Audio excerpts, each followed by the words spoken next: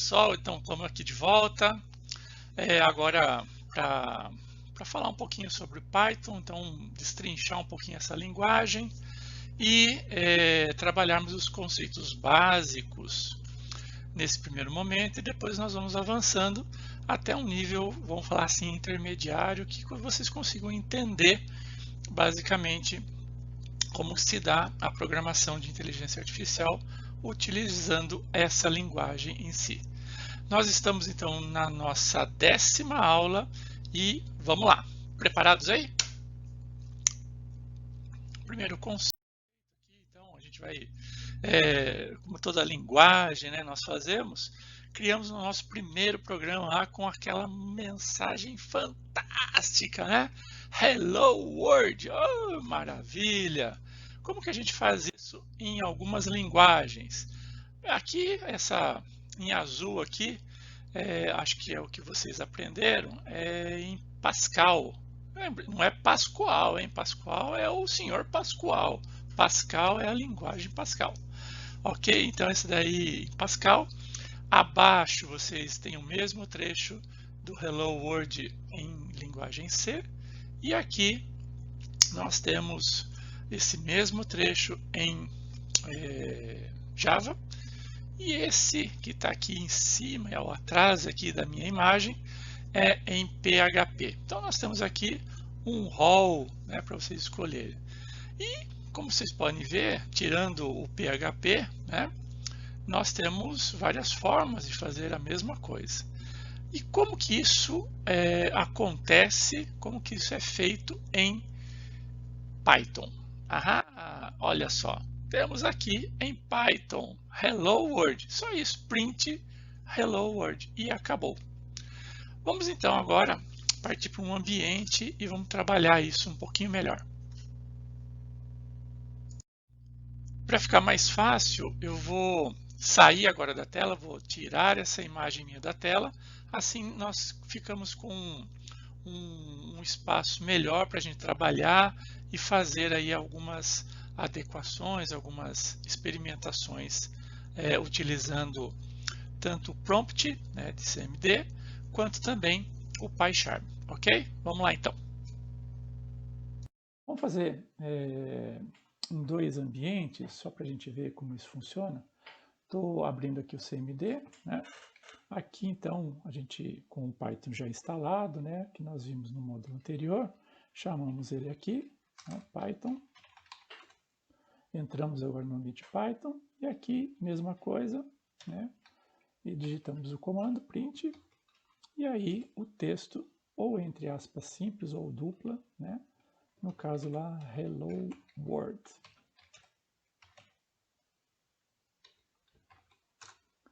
E aí nós temos o resultado, né? Como vocês podem ver. A mesma coisa vamos fazer utilizando o PyCharm. Estou executando aqui.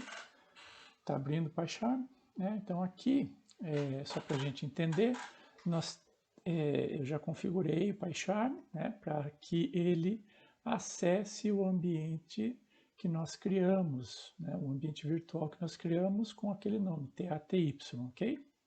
Então, qualquer dúvida, tem vários tutoriais aí na internet que ensinam como fazer isso daqui, tá?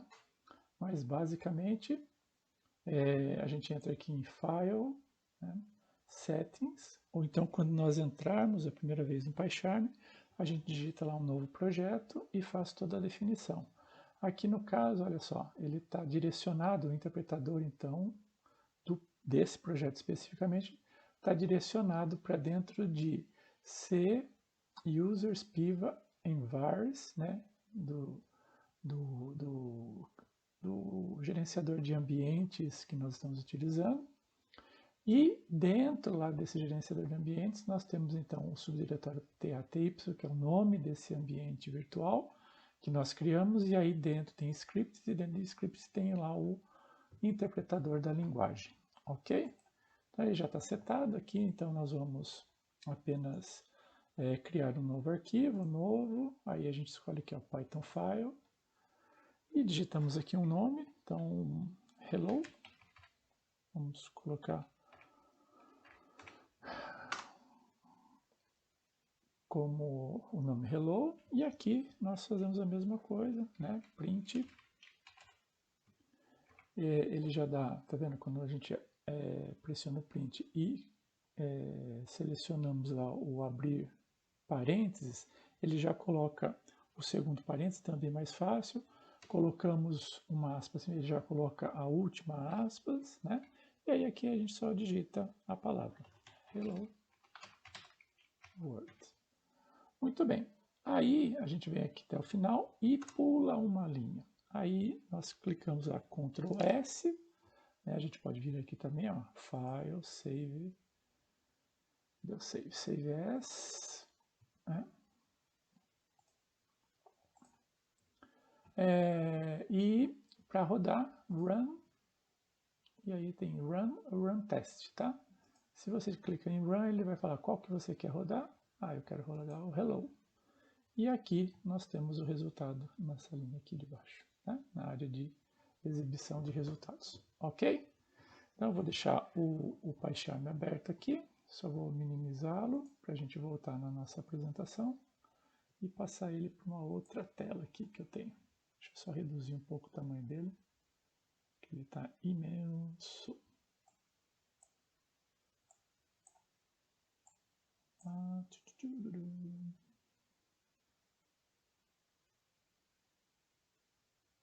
Vamos pegar também isso aqui e vamos continuar na apresentação. Então, dando continuidade aqui, vamos ver um trecho de um código, né, em Python. Nós temos aqui um código simples, né? Então tem algumas atribuições, um C aqui, um if, né? E mais um print, 2 prints aqui, tá ok? Vamos ver, vamos estudar cada uma desses comandos aqui, né? Como acontece em C ou então em Java, né? Nós temos também a diferenciação entre receber e comparar. Então, 1 igual, recebe, 2 iguais, compara, né? Então, aqui no caso, olha só, Z está recebendo 3,45. E aqui, olha só, se Z for igual, então aqui é uma comparação com 3,45, ok? Primeira coisa. Os números, né? Então, a gente pode utilizar várias as operações mais simples, né? O mais, o menos, vezes, dividir, o resto da divisão. Só que aqui em Python a gente consegue então fazer também a soma de strings. Então quando a gente coloca lá o mais, nós estamos somando uma string com a outra. Vamos testar rapidamente aqui no ambiente, vamos utilizar isso aqui mesmo. Então a gente declara lá uma variável qualquer. A recebe um primeiro nome, né? Nome, e B, né, recebe um outro valor qualquer, como por exemplo sobrenome, ok? Agora olha só o que acontece. Se nós fizermos assim, ó, o C recebe A mais, eu vou colocar um espaço aqui em branco, mais B. Né? O que vai acontecer? Se a gente manda imprimir o C, nós vamos ter então o nome mais o espaço mais o sobrenome, ok? Então é a concatenação que ocorreu aqui com o mais, né? A mesma coisa é quando nós utilizamos o percentual lá dentro de uma string, logo em seguida ele pode então conter um caractere especial e de formatação, ok? Continuando aqui com o nosso trecho de código, então aqui dentro, olha só, o if, né? Nas linguagens que efetivamente nós conhecemos, né, como C, Java, etc., nós tínhamos um abre e fecha, né, esse bloco de comandos aqui dentro do C, nós teríamos que ter o quê? Um abre e fecha chaves aqui. Né? No caso aqui, ele tem o quê? Um deslocamento apenas à direita, que representa então que esse código aqui, ele está dentro do C. Operadores lógicos, né? Nós temos o AND, o OR e o NOT, não mais dois pipes ou então dois ex comerciais. Então, aqui no caso, né, o ou aqui, ele está ligando, fazendo a junção entre essas duas comparações aqui. O print, né, impressão básica, então print a gente já usou, o print uma vez aí. Print, e aí a gente coloca o que nós queremos que seja impresso dentro de parênteses. Na versão 2.0 do Python, nós não tínhamos essa noção de parênteses, né? Então a gente colocava sem parênteses. Então, quando vocês pegarem algum trecho de código Python de uma versão anterior, cuidado com isso, tentando rodar no 3, pode ser que dê alguns problemas. Esse é um deles. E para a entrada de valores, a gente pode utilizar o input, né? O input sempre vai retornar uma string, né? Então, se a gente utilizar, por exemplo, vamos pegar lá, novamente, nosso código aqui. Então, se nós utilizarmos lá A e é fortemente tipado, né? Então, a gente pode reutilizar as variáveis. A recebe input, né? Digite seu nome. O que vai acontecer? Se ele ter cliente, ele já vai pedir para a gente lá, digite seu nome. Eu digito lá piva. O que vai acontecer? Vamos imprimir agora o A. Deve ter piva lá dentro, ó, piva, ok? É assim que nós fazemos a entrada de dados em Pascal. Notem que quando nós fazemos isso, né, com um valor, nós pedimos lá para que entre um determinado valor, vai ser dada entrada também uma string. Então nós temos que fazer a conversão desse valor para o tipo de dados correspondente, né? A primeira atribuição em uma variável também é responsável por criá-la, né? Então é fortemente tipada. Então, uma vez que a gente já viu isso, né? Nós iniciamos então uma variável, ela já assume aquele tipo específico. Então aqui, olha só, o x ele vai receber então um valor do tipo inteiro. Aqui o y, uma string. O z vai receber um tipo float, né? Flutuante. Na verdade, em Pascal a gente entende como real, né? O que mais? Usando o shell a gente já usou algumas coisas. É muito interessante entender que tudo em Python é um objeto. Então, se nós utilizarmos esse comando aí dir, ele vai dizer para a gente o type, né? O type é melhor. Então, se a gente tentar identificar, né, por exemplo, a gente tem lá 3 variáveis, o A, o B e o C. Se a gente coloca lá type, qual é o tipo de dados que está associado ao A? Aí ele vai retornar aqui para a gente o quê? Olha só, o A, ele é um objeto, né, do tipo str, ou seja, da classe str. Então, na verdade, o A é um objeto que está dentro dessa classe chamada str, né, que é string. Então, tudo dentro de Python é um objeto, tá? Que mais? Então, nós temos aqui, dentro lá do shell, a gente usa a tecla para cima, né, para repetir o comando, e o kit abre e fecha parênteses para sair. Que mais? Que mais? Comentários. Comentários, então, nós podemos utilizar em várias linhas. Aí nós utilizamos aqui, ó, 1, 2, 3, abre aspas, né, dupla, né, aspas duplas aqui, 3 aspas duplas para abrir, 3 aspas para fechar, um comentário de múltiplas linhas. E se eu quero comentar apenas uma linha, seja aonde for, a partir de onde for, seja no final, no começo de um código, eu utilizo então o hashtag, ok? Então é dinamicamente tipado, a gente já viu isso lá acontecer. Então eu declaro inicialmente um valor, então aqui nesse lugar aqui ele é um inteiro. A partir dessa próxima declaração ele passa a ser uma string, ok? Nas linguagens que nós conhecemos, isso daqui, né, no caso do int aqui, ó, é uma conversão, né, uma atribuição. Eu quero atribuir a A um valor inteiro, né, mesmo sendo um número real aqui. Numa linguagem de programação convencional, nós faríamos assim, né? Essa adequação. Aqui nós temos que chamar uma função que vai fazer essa conversão e atribuir o valor a A.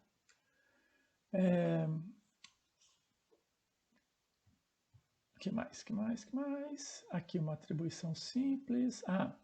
Quando nós formos para objeto, né, orientação a objeto, a gente vai ver algumas funcionalidades que comandos declarativos que são óbvios, né, como por exemplo aqui, eu estou atribuindo a N um novo objeto da classe algo, né?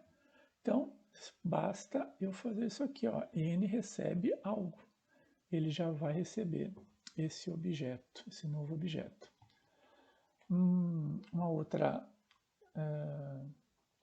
nuance dessa linguagem, nós também podemos, né, além de tudo que já foi falado, a gente pode fazer atribuição em uma linha a múltiplas variáveis, um valor a múltiplas variáveis, como acontece aqui.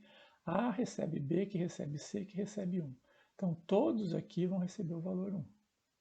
A mesma coisa, né, quando eu quero atribuir vários valores a várias variáveis, sendo que a posição corresponde à sua atribuição.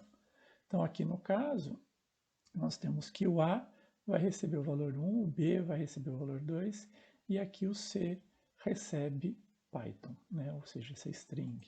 Okay? Nós temos, então, alguns tipos básicos, como inteiro, inteiros longos, floats e números complexos. Nós podemos fazer as representações desses números utilizando uma classe base. Nós também podemos fazer as relações e operações em nível de bits, né? E aí são operadores específicos.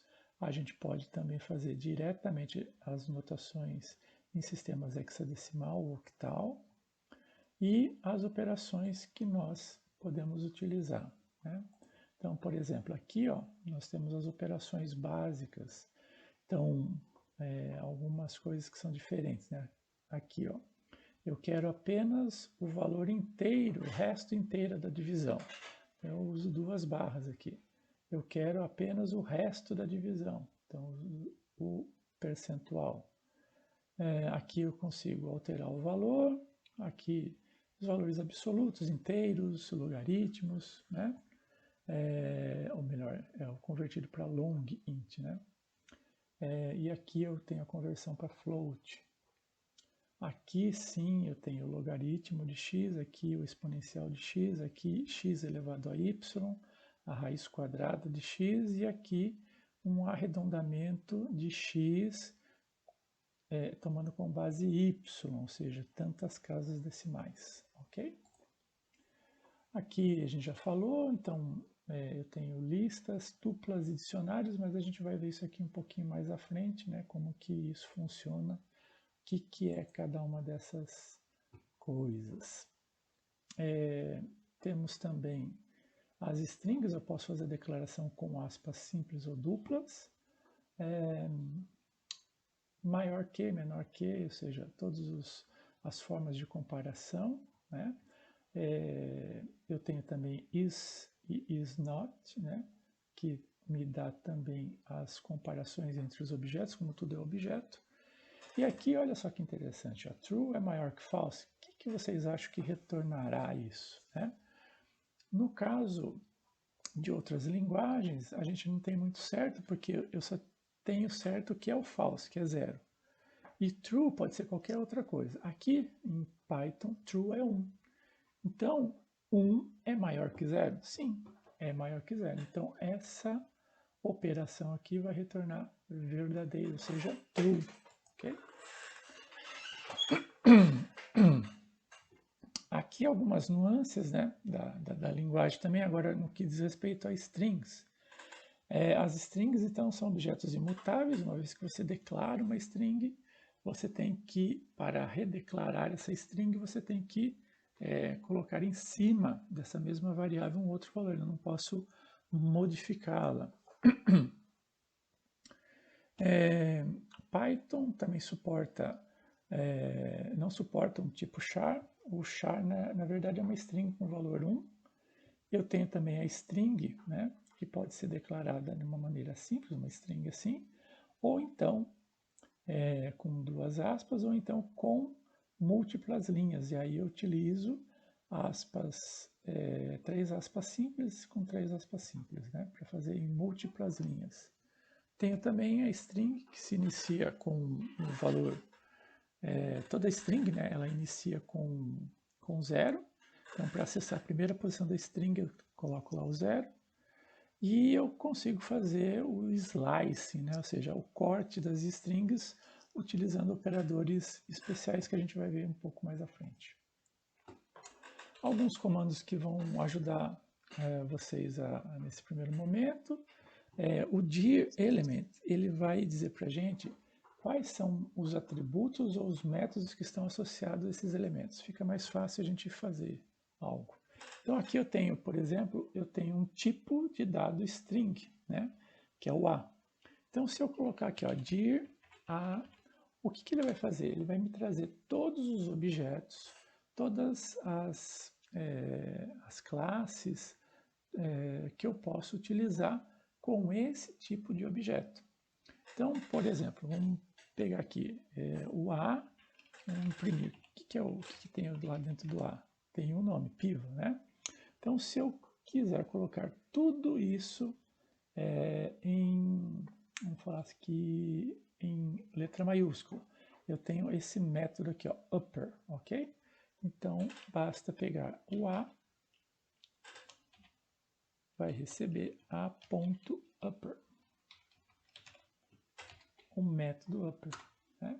Agora vamos fazer a impressão de A. O que vai acontecer? Ó, tudo em letra maiúscula, ok? Então essa é o primeiro comando que a gente viu ali. O de type nós já vimos, né, que ele mostra o tipo do objeto em si.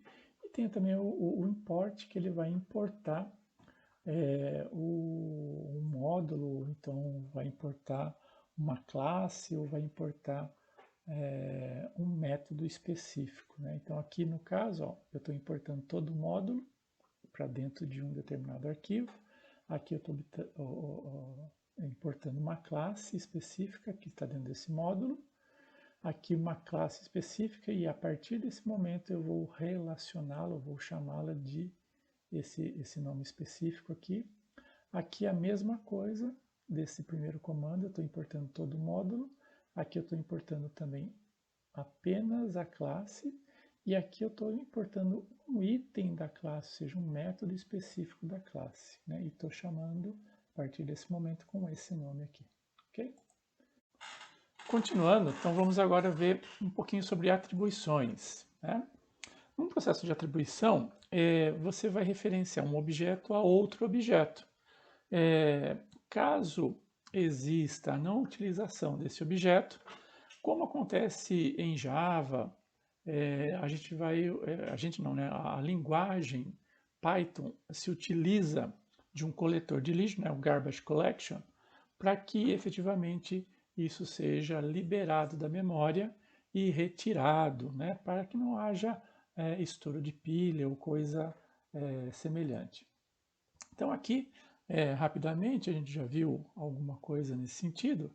Então, se nós tentamos acessar o conteúdo de um objeto, no caso ali y, né? E ele não foi referenciado inicialmente, então certamente acontecerá um erro, né? Então acontece lá, ó, name y is not defined, então não foi definido, então não tem como acessar. Diferentemente, quando a gente coloca lá y recebe 3, e aí nós referenciamos esse objeto, ele vai identificar o valor correspondente a esse objeto. Vimos já isso, né? São as atribuições em série, x recebe y, recebe z, que recebe um determinado valor. Então todos esses valores vão ser, todas essas variáveis vão receber o mesmo valor. A mesma coisa são os rótulos, que são case sensitive, ou seja, Bob aqui é diferente desse Bob 2, que é diferente desse Bob aqui com letra maiúscula, né? E E não esquecer também de não podemos utilizar para rótulos as palavras reservadas. Nós temos esse conjunto aqui de palavras reservadas que não podem ser utilizadas como nome de variáveis ou rótulos de uma forma geral. Entendendo também que a manipulação de atribuições de referência vai acontecer se o objeto é mutável ou imutável, existe uma mudança, uma diferenciação disso. Quando nós estamos utilizando uma cópia, mas os dados são imutáveis, ele vai fazer duas posições de memória. Quando os dados são mutáveis, ele vai referenciar o mesmo objeto, numa mesma local. As variáveis que nós aprendemos até agora, strings também, são imutáveis. Então, o que vai acontecer? Ele vai criar, basicamente, dois objetos, duas referências, dois endereços de memórias distintos, ok? No caso aqui, esse exemplo, casa recebe, então x recebe casa, y recebe x, e olha só que legal, x vai receber fazenda.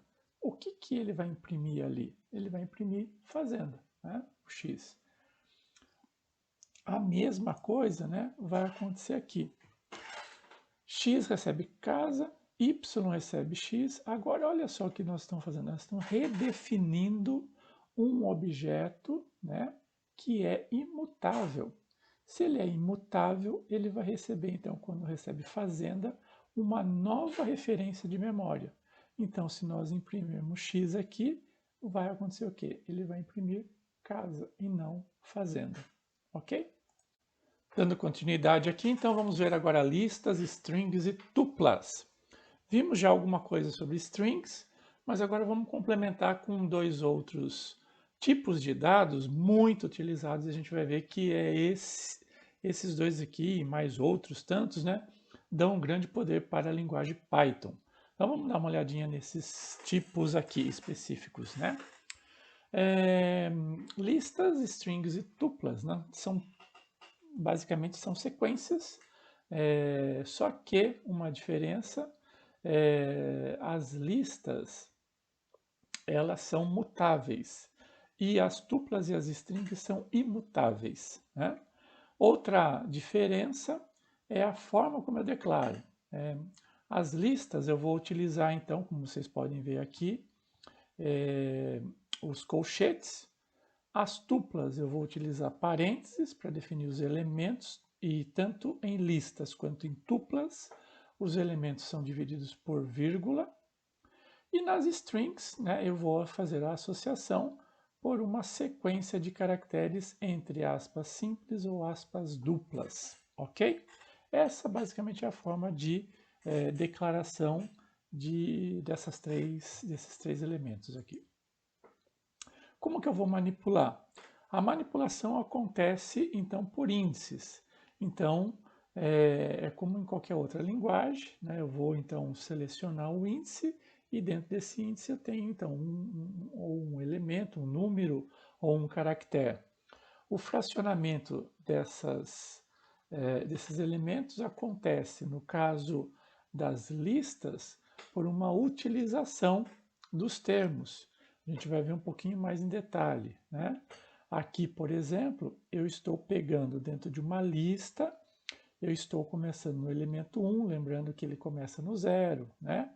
Então, eu vou pegar a partir do elemento 1, então eu pulo 0, pego a partir do elemento 1 e vou até o elemento 2, ou seja, a borda desse aqui que está sendo mostrado, ok? Mas a gente vai ver um pouco mais profundamente esses elementos de fracionamento. E eu também tenho a ideia de matrizes, ou seja, listas dentro de listas, ok? Eu também tenho o operador 1, que vai me retornar os elementos, ou qual o elemento que está dentro de outro, né? O 4 aqui está em li, ou seja, se isso acontecer, ele vai retornar true ou false, ok? Vamos lá, vamos ver aqui a ideia de recuperação de elementos e também fracionamento. Então, vamos partir de uma lista contendo esses elementos aqui, esses valores, 1, 2, 3, 4 e 5. Então, eu tenho 1, 2, 3, 4, 5 elementos dentro de uma lista. Coloco os colchetes e atribuo a uma variável. Então, essa variável agora, o A, contém a lista formada por esses 5 elementos, 5 números. Se eu digitar lá a posição 0, ele vai retornar o primeiro elemento da lista. Se eu coloco 2, ele vai retornar o terceiro elemento da lista. Lembrando que é 0, 1, 2, ok? Se eu coloco lá menos 1, o que vai acontecer? O sinal de menos vai indicar que eu tenho que começar de trás para frente, ok? Então, se é de trás para frente, aqui no caso não é 0, tá? Eu começo no primeiro elemento. Então, menos 1 ele vai retornar o valor 5. O menos 3, então, ó, menos 1, menos 2, menos 3. Então, ele vai retornar o elemento 3 aqui. Agora a ideia de fracionamento. Olha só, A, eu quero que ele comece na posição 1 e vá até o final da lista. Não tem, então, um limite, ele vai até o final. Então, o que ele vai retornar aqui para mim? O 2, o 3, o 4 e o 5. Então, ele começa a posição, pula o 0, começa a posição 1 e vai até o final. Aqui, olha só, eu quero que ele comece na primeira posição, ou seja, a posição 0, e vá até a borda do 3, que é o elemento 2. Então, ele vai pegar o 1, que é a posição 0, o 2, que é a posição 1, e o 3, que é a posição 2. Então, ele vai retornar esses 3 primeiros elementos aqui, ó. 3 primeiros elementos. Olha só isso daqui, ó. Eu vou começar na posição 1, vou até a borda do 4, ou seja, o elemento 3, e vou pular de 2 em 2, ou seja, isso aqui é o passo, né? Então, o que vai acontecer? Eu vou começar no elemento 1, então ele começa no 2 aqui, ó, tá? No valor 2. E vai até a borda do 4. Então, 0, 1, 2, 3, 4. A borda dele é esse. O valor aqui 4, ou seja, o terceiro elemento. Então, ele vai retornar o 2, vai pular e vai para o 4. Então, vai retornar o 2 e o 4. Ok? Olha só que legal isso. A, ele vai começar do início, vai até o final, só que ele vai fazer num passo negativo, ou seja, ele vai começar de trás para frente, ou seja, ele vai fazer a impressão da lista em ordem inversa. Então, ele vai fazer lá 5, 4, 3, 2, 1. O que mais aqui? Ó? Os operadores mais e vezes. Né? O mais a gente já viu que ele vai concatenar. Agora, uma coisa que nós não vimos é a multiplicação. O que ele vai fazer? Ele vai repetir esses elementos aqui. Vamos fazer aqui um exemplo. Vou pegar o CMD aqui. Vamos fazer um exemplo aqui rapidinho. Vamos falar aqui que utilizar uma string, tá? Então, olha só, A vai receber o caractere A vezes 3 vezes. Vamos ver o que vai acontecer aqui, ó. Se eu quero entender o que aconteceu, ele pegou o A e repetiu 3 vezes. A mesma coisa pode ocorrer se a gente estiver trabalhando com uma lista. Então, olha só, se eu definir aqui uma lista com o valor 3 e fizer vezes 3, o que vai acontecer? Ele vai me retornar uma nova lista com 3 vezes esse elemento aqui, ó, 3, o 3 e o 3, ok? Então é assim que nós utilizamos o vezes aí, a repetição. Eu também tenho, então, os operadores len, pop, append, né? Ou seja, len, ele retorna o tamanho dessa sequência. Pop, ele vai retirar o último elemento dessa lista, né? O conceito de pilha, né? Append, ele vai adicionar um valor a essa lista, né? E vejam só, a atribuição, se eu estou trabalhando com lista, que ela é mutável, eu posso então alterar o valor de um elemento específico.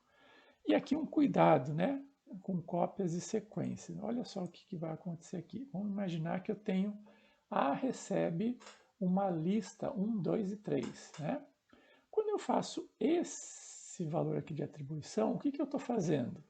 Eu estou fazendo uma associação do mesmo local de memória, tanto para A quanto para B. Então, A e B estão apontando para o mesmo local, para o mesmo endereço físico de memória.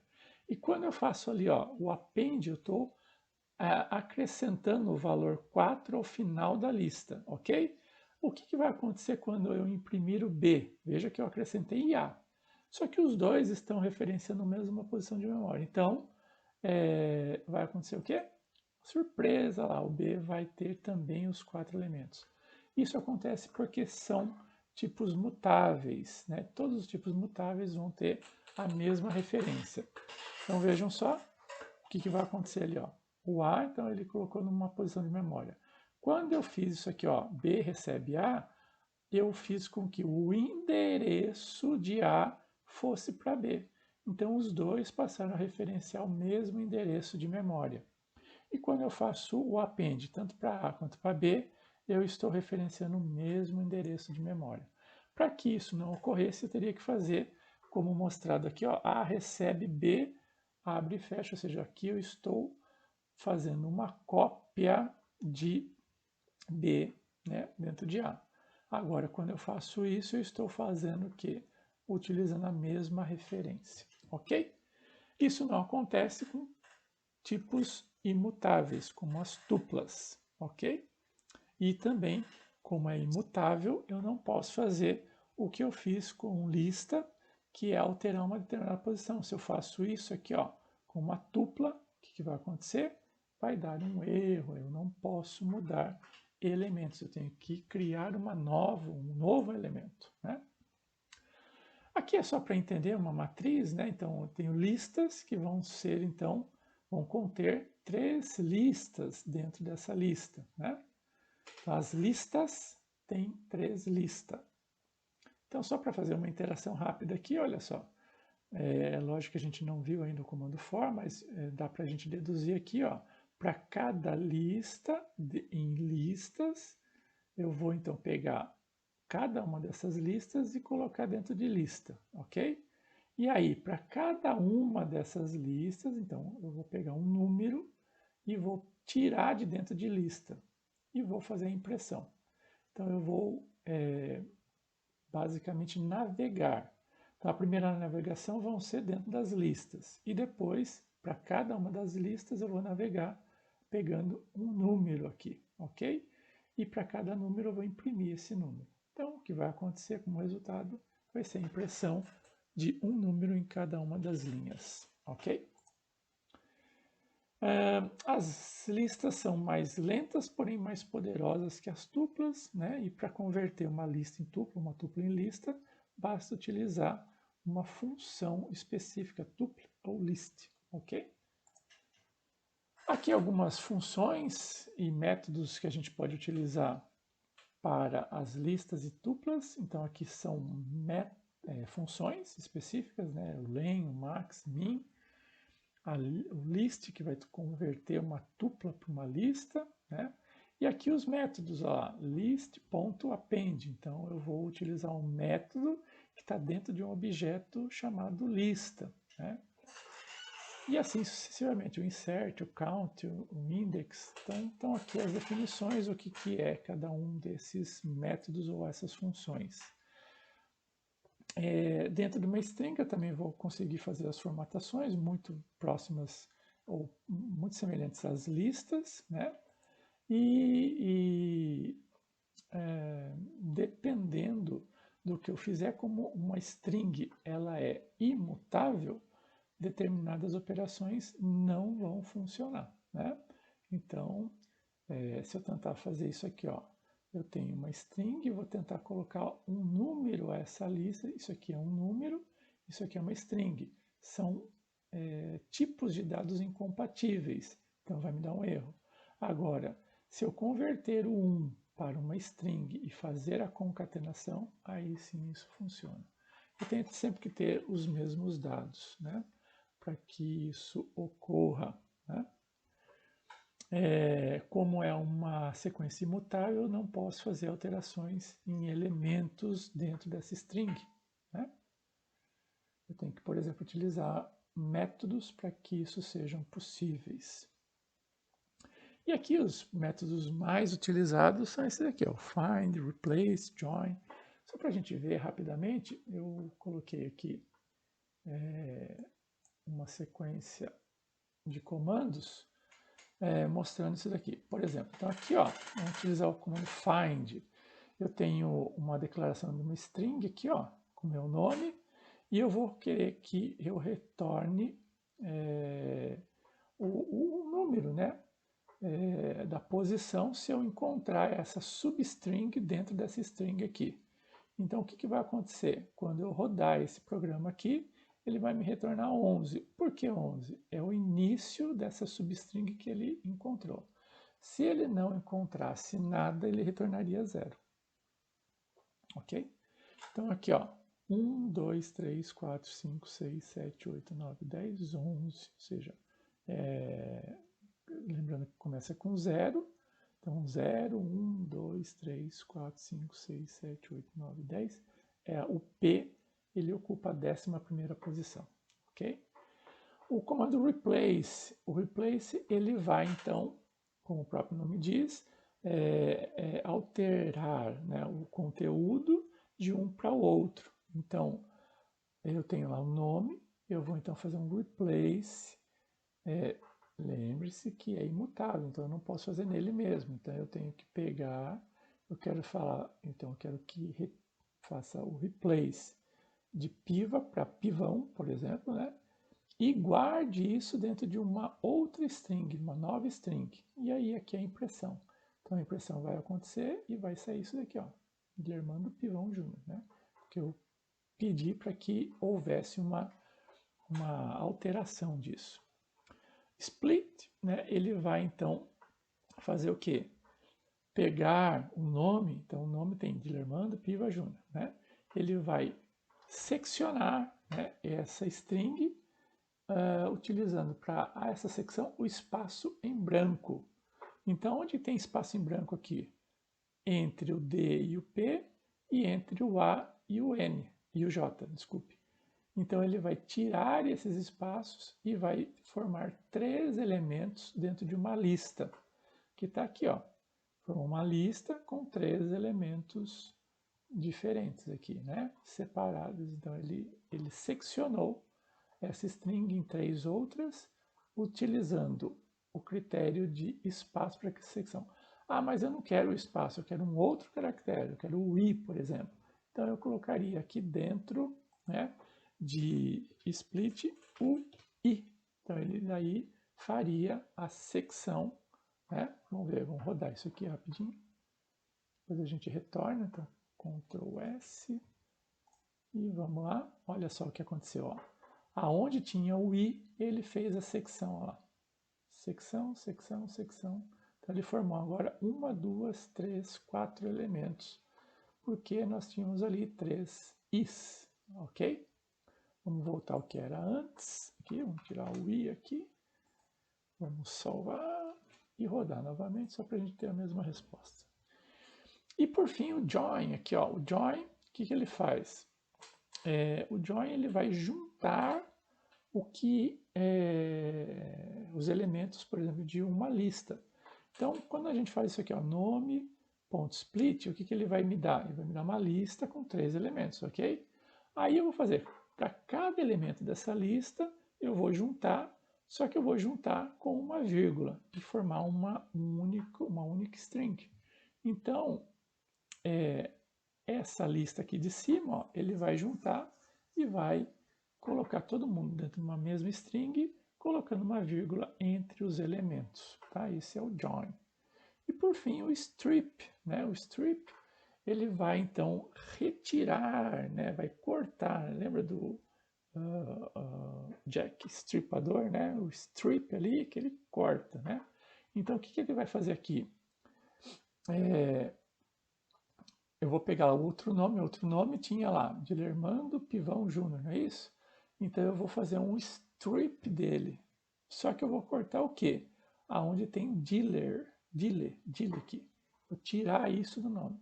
Lembrando que sempre tem que ser bordas, né? Não dá para a gente cortar o meio, né? Ele vai cortar as bordas, o strip. Então aqui no caso ele tirou aqui, ó, como vocês podem ver, o dealer, né? Então ele pegou esses elementos e tirou tanto do começo quanto do fim. Então se eu colocasse aqui o D e o R, por exemplo, ó, o D e o R, eu quero tirar o D e o R, ok? Então vamos salvar, vamos rodar.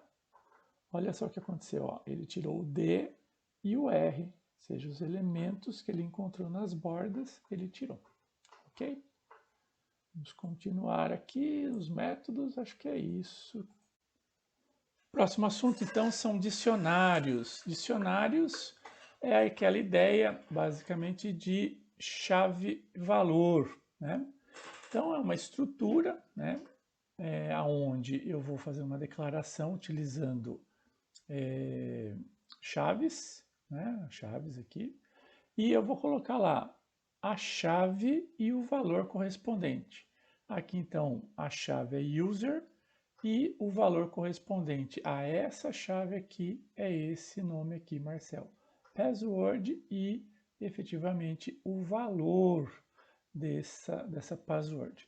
É um tipo de dado mutável, ou seja, eu consigo alterar qualquer um desses valores. Só para a gente entender um pouquinho melhor aqui, ó, eu fiz no PyCharm uma estrutura rápida aqui para a gente ver.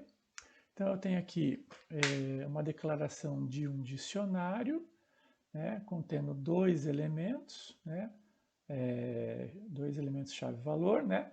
A primeira chave é user, sendo que eu atribuí o valor piva a essa chave. E senha, eu atribuí 1, 2, 3 em string, tá? Não número. E aí, então, se a gente executar aqui, ó, o tamanho desse dicionário, ele vai retornar, como a gente pode ver aqui, ó, 2, né? Retornou o valor 2, porque temos dois elementos apenas, chave e valor.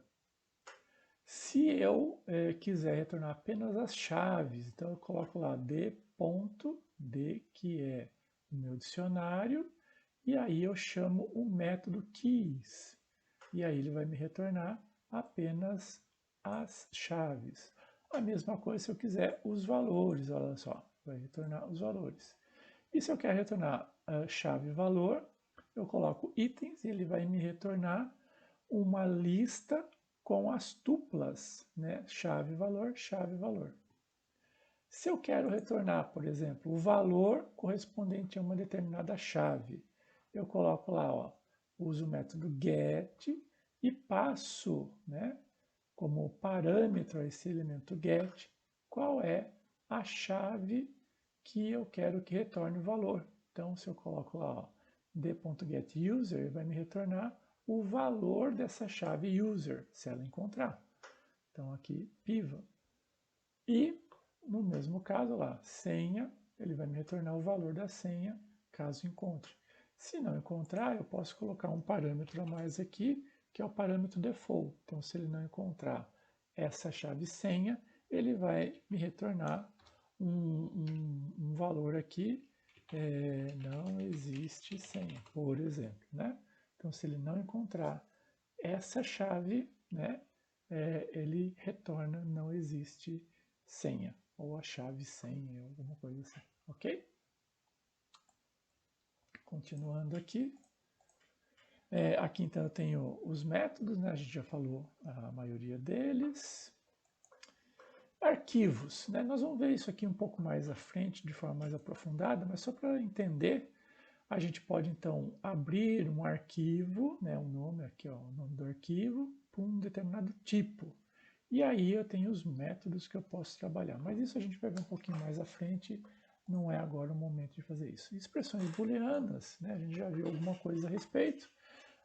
Então eu faço a comparação e eu tenho o valor is, x, is, y, né? Então ele testa a identidade do objeto. Esse está dentro desse, ou seja, eu tenho esse objeto dentro desse outro, né? Se sim, seja ele igual, ou então uma substring ou alguma coisa, uma parte, uma fração dele, ele vai então retornar esse objeto, né? Known é similar a null em linguagem C, né? Então, known aqui ele retorna. Então, quando a gente utiliza, né, operações com or e and, o not ele me dá então a inversão, né? True, false e false para true, né? É normal, né? Quando eu verifico se existe uma instância de um determinado tipo de elemento, ele vai retornar se ele encontrar o tipo desse elemento. E nós vamos utilizar muito essas funções booleanas, né, aqui nas instruções compostas, né, principalmente com Cs, for e assim por diante, né? Vamos lá. O fluxo, o controle do fluxo se dá por alguns comandos básicos, né? O C, else, loops, né? While, for e o comando assert, né? Vamos lá então. Em C, um controle de fluxo com o comando if seria mais ou menos assim, ó, o if, o else e assim por diante. Em Python, eu tenho um comandinho extra que é o else if, né? Elif, elif, né? Que é o else if, né? Então, se não encaixar no primeiro, tento o outro, tento o outro, tento o outro, e o else aqui, final, caso não ocorra nenhuma dessas anteriores, então eu encaixo nessa última aqui. Então, eu vou executar a última expressão, né? Aqui alguns exemplos. Tem aqui atribuição a uma variável, valor 100. Se var1, o que acontece? É a mesma coisa que C e Java, né? Se o valor for diferente de 0, ele é true. Então, o que vai acontecer aqui? Ele vai imprimir var1 aqui, ó, a execução está aqui do lado direito. Aqui, ó, var1 recebe de novo 100. Se var1, então print ok. Caso contrário, no ok. O que ele vai imprimir? Ok, porque é diferente de 0, né? E aqui, ó, var1 recebe 100. E aqui, se var1 menor que 100, o que eu vou fazer? Eu vou entrar aqui dentro de um outro if, é um if dentro de if, né? Aí eu vou testando lá, é igual a 150, imprimo isso. Se for igual a 100, se for menor que 50, é isso. O que ele vai fazer? Ele vai entrar aqui e vai verificar, ó, var é igual a 100, então ele vai imprimir 100. Então aqui é a execução do lado direito. Aqui outros exemplos, né? Uma possibilidade é o in, né? A utilização do in. Então, ó, se x estiver dentro de um desses elementos dessa lista aqui, eu vou imprimir, então, que ele pertence. Caso contrário, ele não vai pertencer, né? Não pertence a nenhuma das condições. Outra coisa interessante que a gente consegue fazer com if é a ideia de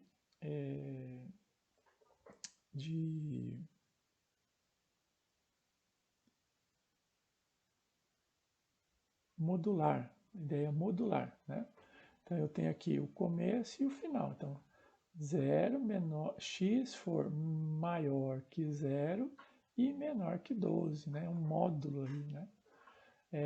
Eu me lembro que nas primeiras classes de programação, essa noção aqui, matemática, né? É muito utilizada nas linguagens de programação erroneamente. Aqui eles implementaram a maneira que nós utilizamos em linguagem matemática. É muito interessante isso. O assert, então, ele permite verificar se algo é verdadeiro durante a execução, em tempo de execução. Então, assert lá o número de players menor que 0, por exemplo, então, o número de players é uma variável de sistema e eu consigo verificar isso em tempo de execução. Tá? Comando while, né, como todo comando lá, né, então eu tenho lá while, uma determinada condição, enquanto essa condição for verdadeira, eu vou fazer o quê? a execução, ou seja, eu vou ficar dentro desse looping aqui. E eu utilizo o comando break caso eu queira sair desse comando, dentro desse looping aqui, ó. Enquanto não for fim, fim vai receber fim menos 1, ou seja, até que ele seja um valor não compatível, que é falso, ele vai ficar em execução.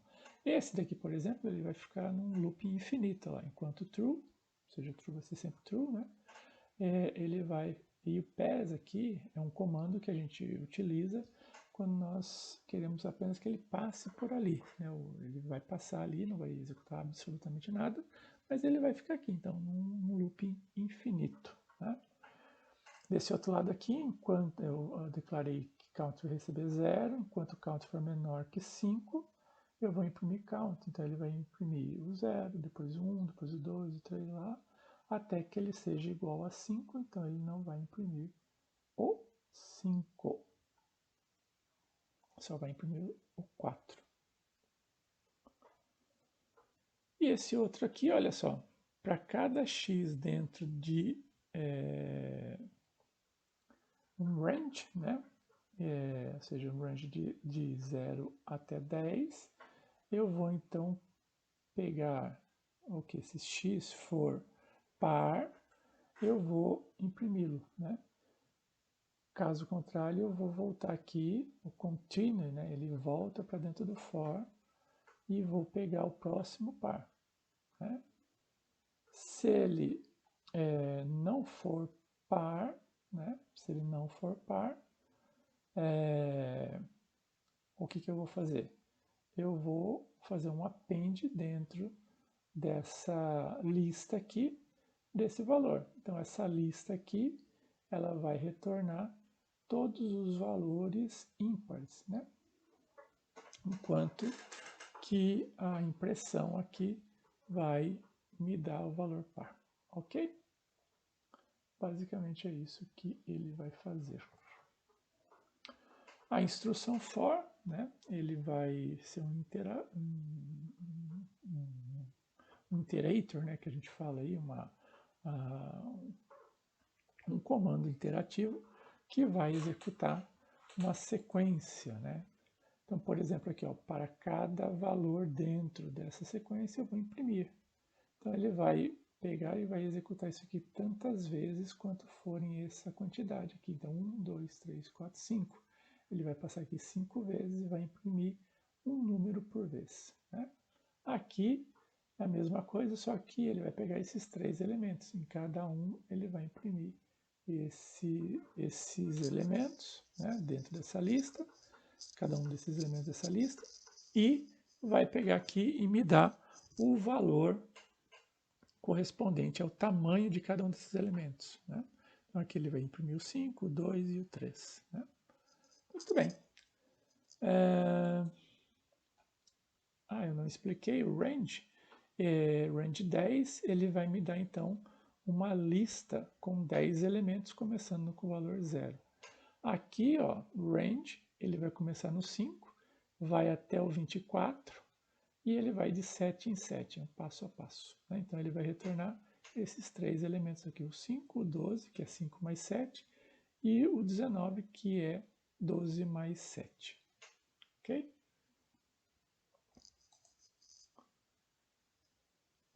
Dentro das estruturas while e for, o break ele permite a saída do fluxo, o continue ele volta para a execução, né, dentro do loop de repetição while ou for, e o pass ele pode ser utilizado para você passar por um determinado trecho e não executar. O próximo item, né, que nós vamos ver hoje aqui é a compressão de listas, ou compreensão em listas, desculpe. Compreensão em listas é um dos recursos mais poderosos, recursos mais poderosos dentro do Python. Né? Então, o que vai ser essa compreensão em listas? Então, o que eu vou fazer com ela? A sintaxe, basicamente, é uma expressão para cada um dos elementos dentro de uma lista. Eu vou fazer algo, a expressão, para cada um dos elementos dentro de uma lista. Olha só como funciona. Esse aqui é um exemplo. O S vai receber o quê? Um conjunto de elementos, né? Então, esse aqui, ó, é a expressão, tá?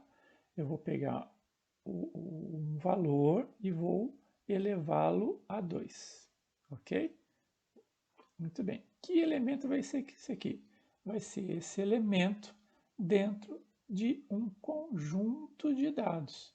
Esse conjunto de dados aqui, ó, vai ser de 0 até 9.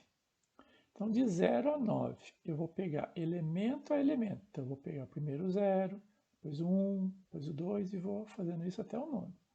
Para cada um desses elementos aqui, eu vou fazer o quê? Aplicar essa expressão aqui, tá? X elevado a 2, ok? X ao quadrado. E para cada um desses elementos, ou seja, cada um dos resultados dessa expressão, eu vou agregando dentro de uma lista, ok? Então, só para a gente entender rapidamente aqui, eu vou pegar o prompt aqui e vou fazer exatamente isso. Então, S recebe o quê? Então, x elevado a 2, tá? Para cada x em range 10. Vamos ver o que acontece. S, então tá aqui, ó. Então, para cada um dos elementos, então 0 elevado a 2, a 0 mesmo. 1 vezes 1 dá 1. 2 elevado a 2, 4. 3 elevado a 3, 3 vezes 3, né? 3 elevado ao quadrado, 9, e assim por diante até 9. 9 vezes 9, 81. Então, para cada um dos elementos, ele aplicou esse critério, né? Essa expressão, né? Então, isso pode ser bastante complexo, ou seja, eu posso fazer expressões bem complexas, e esse é um dos grandes recursos, principalmente utilizados na inteligência artificial. E eu posso fazer isso com todos os iteráveis, né? Vamos falar assim. Então, a lista é um exemplo. Eu também posso fazer isso com dicionário, olha só. Eu pego um dicionário que tem lá chave e valor. Chave é o nome de um carro e valor, aqui no caso vai ser o valor desse carro, né? Então, Golf, Celta, Hilux e Fusca, né? Então, eu vou fazer o quê? Possibilidades de rico. Então, eu vou retornar quais são os carros, né, para cada um dos carros dentro de o quê? Um carro que seja menor que 70 mil. Todos os carros que forem menor que 70 mil, a gente vai chamar que maior, né? Maior que 70 mil vão ser então carros de ricos, né? E carro de pobre vai ser aquele que seja menor que 300, né? Ou 3 mil aqui no caso, né? Ou 30 mil, alguma coisa assim. Então, eu consigo então retirar dessa lista, o primeiro eu vou retirar apenas Hilux, né? E o outro eu vou retirar basicamente esses 300 aqui, menor que 300, não vou retirar nenhum, né? Muito bem. E eu posso complicar um pouquinho mais. Eu posso fazer o quê? Uma compreensão dentro de uma compreensão, ou seja, eu posso fazer um alinhamento de compreensão de listas. Então, eu tenho uma expressão que vai atuar em cada um dos elementos que me dão aqui dentro de uma outra expressão. Essa expressão aqui retorna elemento a elemento, e cada um desses elementos vai compor esse elemento que vai ser aplicado dentro de uma outra expressão. Ou seja, dá para ficar bem complexo, né? Mas a gente vai ver um pouco mais disso à frente, é só para a gente entender que existe esse recurso dentro do Python, ok? E aqui, só para a gente entender também o poder do Python de não reinventar a roda, né? Então, por exemplo, um método bastante utilizado em ordenação é o quicksort, né? Então, o quicksort tradicional está aqui, né? A implementação dele, né? Poderia ser feito dessa forma aqui. Então, uma forma utilizando recursos, né, da linguagem mais interessante, ou então uma outra implementação e assim por diante. Mas qual que seria o jeito pythonico que a gente fala, né? Ou seja, como que a gente utiliza realmente o poder da linguagem para fazer, no caso aqui, utilizar a ordenação? Olha só, se eu tenho uma lista, eu vou utilizar o método sort dentro dessa lista. Pronto, eu tenho a ordenação feita, né, pelo método mais apropriado aqui. Ele vai escolher o método mais apropriado. Ou seja, quem programou esse método sort aqui utilizou um dos métodos mais apropriados, que possivelmente é o quicksort, né? E pronto, né? Você tem então a implementação. Então, Python é muito poderoso e a gente não pode ficar reinventando a roda, porque ele já tem muitas implementações dentro da sua linguagem e, para tanto, a gente tem que fazer jus e utilizar a documentação do Python. É muito rica e vasta, né? Bastante vasta, e a gente consegue obter muitos recursos com ela. É isso, obrigado e até a próxima aula.